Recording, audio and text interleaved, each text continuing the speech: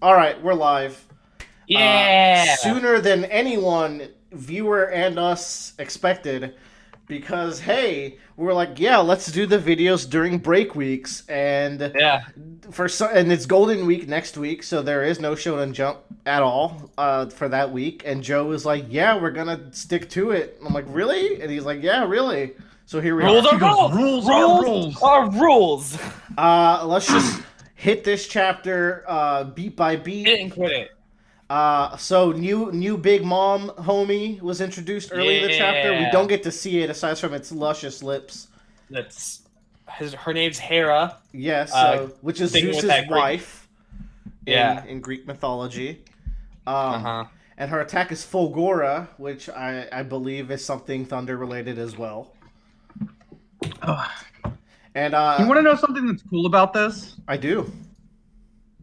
This is like, I think one of the few times we've seen an established antagonist have to come up with a new power on the spot to get stronger. That's true. I can't think of any other One Piece antagonist that's like that upgrades mid fight. You know. Yeah. Joe, can you think of anyone? Like Doflamingo uses old techniques, like techniques he's always had. I'm thinking of.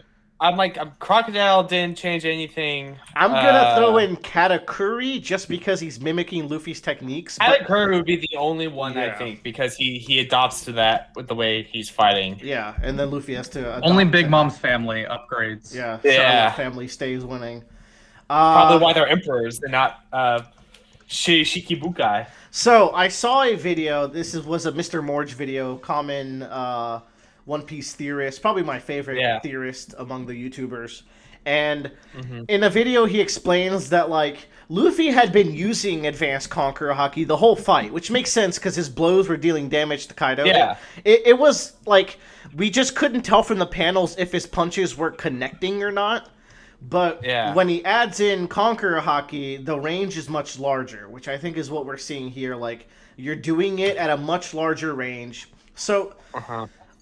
my big question that is left when I think of it that way is can you put Conqueror Haki on your observation Haki as well? And, like, what does that become?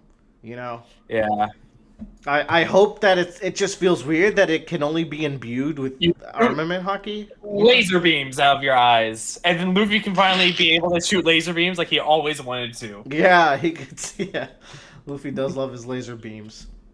So something that's really cool about this is the anime is catching up. The anime just had Roger and Odin's flashback. Whitebeard and Odin and flashback and yeah, everything. And we get that part with Roger and Whitebeard like have this nearly same Yeah, like, this is shot. foreshadowed. So what's funny is that I think when everyone saw that, everyone's just like, at least when I read it, it's like, oh, we're just having this really cool moment where we're seeing them right before they clash. But in reality, like that was them actually hitting each other. Wait, is that what you thought? Because Odin very explicitly says they're not even touching. Oh, I must have not read that part, Ha. or I just must have. Me and Yeah. Tyler got one on you. Look at Yeah. us. Look at us paying attention. I did. Yeah. Oh, come on, Tyler. Are you serious? You too? What? Did you not realize as well? Of course. Oh my Christ. Am I the only one who That pays was the attention to this easiest. thing? Okay, anyways, this is one time where I like that the anime went Dragon Ball with it, because if there's ever to be a scene where they do it, that's a good one. So here we get like a Killer versus Hawkins little matchup, which no one Yo. expected. And here Killer has a 92% of surviving, which has I would like to Other go way back in around. the story, or sorry, 92% of chance dying. to- Yes. I'd like to go back through the story and like look at all of Hawkins' predictions and see what his hit and miss ratio is, because right now it feels like he's a little bit like Tyler. Hey. Wait a second. There's something else that happens in this that is gonna be like really boosting to my reputation here. We'll see about that. But there's a theory, also a Mr. Morge helm theory, where Killer dies, and he explained this theory earlier, and it made sense to me back then. I don't know if it still makes sense to me, where like Kaido had killed Kid's crew when they first clashed, but that turned out not to be the case. What Kid's crew was probably just waiting to like try to rescue him before Luffy showed up, and they just broke out of prison. No, I thought Kaido killed all of the No, crews. he's got wire and everybody. We literally talked about this last week. I know, but I'm affirming that that's still what I thought was like. Yeah. Okay. All those crews got killed. Yeah, I guess we never talked about what they were doing while Kid was in prison, and I just assumed that it's what the hell's happening? Someone's like nailing something to a wall nearby. Anywho, moving on from there, I love this scene with Usopp and Nami and Tama. And it's Tama is like, just get me to the stage and I can do my final thing. I like this because it's not endlessly brave. It's not like, I'm going to keep going after that. I'm going to save everyone. She's like, I can do this one thing, but I don't know if I can go much further because I'm getting really scared. And I love how Usopp snaps out of his little bitch-made self that he always is. It's like, sorry, Tama, we'll take care of this. And he becomes brave in the moment where he's like, someone more cowardly than Usopp is putting on a brave face, which is forcing Usopp to step up. And it's not really like, they don't make a big deal out of it, but I think it's such a great little moment. Also, the moves he does here are really cool. I especially like the pine cone bombs. That's definitely going to be in a future Pirate Warriors and maybe fighting game if we're so blessed. I like how we get an age. I like how he yells out how old he is. Yeah. I guess he hasn't aged since the time skip. To be fair, Dressrosa happened in one day. So they're not in certain islands as long as we might think they are. They just don't talk about a lot of personal details ever. I wish they did. Yeah. But I guess the story is long enough as it is, right? So it's like we can't ask for too much. Here's the big controversy of this chapter. I mean, before we get there, Joe, what were you saying? I was gonna say, like, I think this is a really cool moment for Usopp in this chapter that we have, and potentially Nami later, where I like that they're stepping up and becoming more active and willing to protect people. Yeah. And they are being more involved in the fight now, and they're not just hanging back. I think it's getting to that stage. Tama is being such an MVP this arc, but she's like really scared deep down inside because she's just a kid, and I think that makes her just that much more likable. Also, we get an explanation, I think, on the page before this, where they're like, it only works on Smile Fruit users, not on Zoan users. Kills the Tama tames Kaido theory. However, we are introduced to the next best thing, Tama tames Big Mom theory. Brilliant, Oda. What a subversion of expectations. I like how Big Mom is like the long noses here, but yeah, go on. No. I actually have an internet lag, so people weren't talking. Go ahead. We were just talking about taming Big Mom, which is what's happening in this scene. So they introduced this concept of the mother mode, which isn't inconsistent with stuff that we saw in early Whole Cake, where like there's some children she's really nice to, especially if they're younger. It seems like when you become combat age in the Big Mom crew, it's sink or swim. But until then, she seems like she's a good mom, which is pretty nice. I think, well, you have to think back to Mother Caramel and her flashback. Like, you need to think about the Big Mom flashback where Mother Caramel had this huge, like, she was always sweet to the little kids and always loved them, but then she had this dark side to sell them off. Yeah. So it's being reflected that with her. And then you could also say, if you want to be dumb in theories, that when she ate her, a part of her soul fused, and so their personalities also got... I was going to bring that up, but in a completely straight-faced, not dumb way, and you're over here calling me dumb before I can even say it. I don't think it's particularly dumb. All I'm saying is that she better not get punched in the gut and then vomit. Mother Caramel has been living in her stomach for like 40 years. And that's not happening unless it is happening. Look, all I'm saying is, as soon as Big Mom bursts through that wall and sees, and then like Nami and Usopp are like, Big Mom? I was like, yo, is my theory really becoming true on who fights who? Wait, you said Killer and Kid fight Big Mom? Yeah.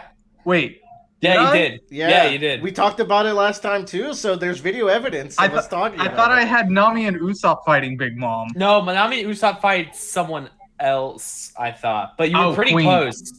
Oh, it was probably Queen. That's so stupid. That's the stupidest ever. But we didn't have the other characters, and I didn't go back and change it once we knew the new characters. Wait, it's well, just open up your spreadsheet if you got it. But I do want to say though, there's a panel the panel before this where like they're rounding the corner and they see Big Mom. She that looks like shit's a fucking out of a cut. Godzilla, right? Yeah, yeah. I was like, holy shit! I had major kaiju vibes from that panel. I was like, oh. And then page 1 shows up. He's like, "Oh, sweet, Big Mom's here. Hey, Big Mom, I'm ordering you to attack." And she's like, "Yo, fuck that." So, okay, this has people worried, but really, I was reading the chapter discussion after doing some soul searching. I was like, I don't know how I feel about this. I wasn't sure why, and it seemed like for once, a lot of people were like, you know what? I love Big Mom. She's so chaotic. She's a really interesting Yonko. And I was like, where was all this? I feel like it's just big meme a lot of the time with the community. Mm-hmm. So for some reason, like, this worked for a lot of people. It did not work for YouTubers. YouTubers are in shambles right now. With the exception of, like, Randy Choi is a YouTuber I follow who does One Piece and some really good theories. He's down for this. And I'm like, yeah, good job, Randy. But, I guess we are also YouTubers, so in that scenario, despite how small we are, we align ourselves. I align myself with the liking this. How do y'all feel? I have to do some thinking about it though.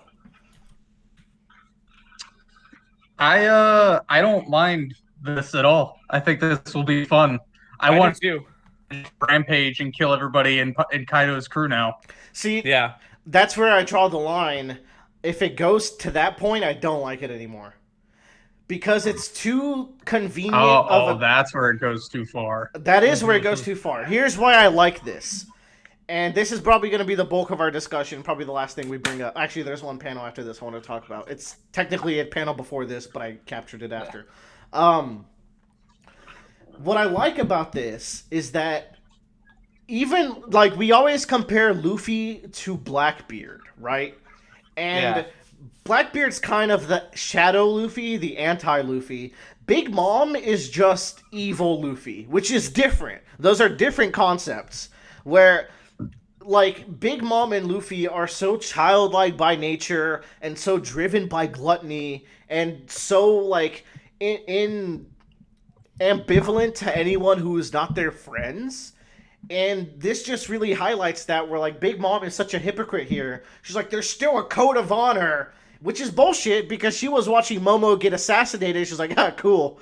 So, like, she's such a hypocrite, which is perfect because it's just like Luffy. Even Luffy, like, there was a moment where in Fishman Island, Big Mom is like, what the fuck, you ruined my candy supply? I'm gonna kill you all. And Luffy's like, you're doing this over candy? If it was meat, I would understand, but candy? So it's just like, it's the same thing. They're both dumbasses for food in different ways. So, like, this little girl fed me, and I have good vibes about her. She's cute, and I like her. These guys broke her town. I'm gonna lash out and protect her here. I don't think, and I don't hope, it extends to Big Mom being a full ally. How do y'all feel about that? Because I got a hot theory. But... Okay, I'll let Tyler go first then. Yeah. I don't think she'll be an ally. I mean, she just has Leru there with her. Yeah.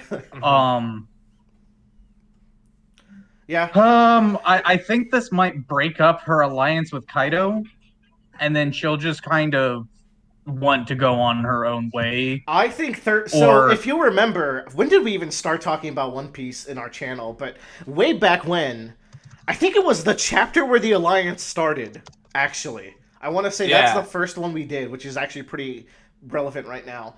From way back then, I dreamt of this arc becoming a free-for-all where Luffy comes out on top of both Big Mom and Kaido.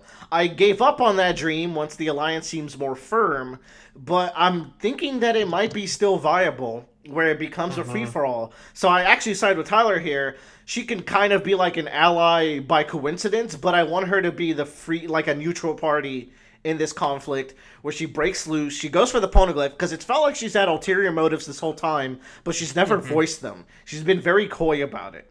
And Kaido's the coy, so like that's very coincidental. Yes. I think so. What I think will happen is Zeus has gone back out of the box now, which we didn't mention. He's definitely going to Nami. That's not even a theory. That's just happening. Yeah. But I think that's what forces her back onto the opponent's step and not on their side the entire time. Is that Nami's willing to protect Zeus and Big Mom's ready to throw him away. So that puts him in antagonistic. Here's how that scene's playing out. I'm 1-to-1 with Oda sometimes. All right, Zeus is gonna show up. Prometheus is gonna egg Big Mom into shooing Zeus away, and then she's gonna reveal Hera. Probably next chapter this could all happen. She's gonna throw away Zeus and not even care that he's going to Nami. But then again, it's part of her soul. But like, no, she would care because she's manipulative, and she would be like, "No, you're still part of me. You still have to work for me." But it's like a weird kind of thing. It's gonna be, I'm going to retire you, Zeus. Yeah, it's gonna be, I'm gonna kill you. Because Zeus is a Big Mom soul. Like, it is a very like. It's not like she's using other souls to create it. I think Zeus is a part of her, straight up. Yeah. So is Napoleon and Prometheus and Hera. So. Yeah. I also think that this might lead to the moment where this gives Big Mom the opportunity to sneak away with Pero's Pero if she realizes she doesn't want this alliance anymore, and then she can go on to Elbaf and they can have the final showdown with her there. But it seems like she's in it to find the One Piece, so like she'd have to see something that makes her think that they're not going to succeed here, which is like they're kicking so much ass up there. But do you think that like you couldn't see Big Mom just decide to terminate the alliance because of the way that Kaido's crew is acting towards certain people? Or I guess I could see that, and then she's not an ally; she just leaves. I could buy that. Yeah, and then so you get some dynamics there. Also, she's using the Conqueror Haki to punch. Definitely, yeah. What's his face right now? Which means Kid got let out easy when he got smacked. Earlier. The thing, like, I want to say that Big Mom might be the greatest character in One Piece on a usage level. First of all, I already love her. We have established that me and Joe like rank her very highly.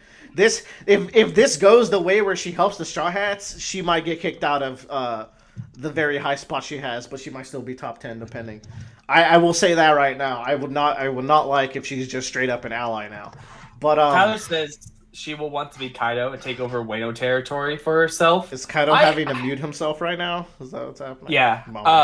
Are we over the time?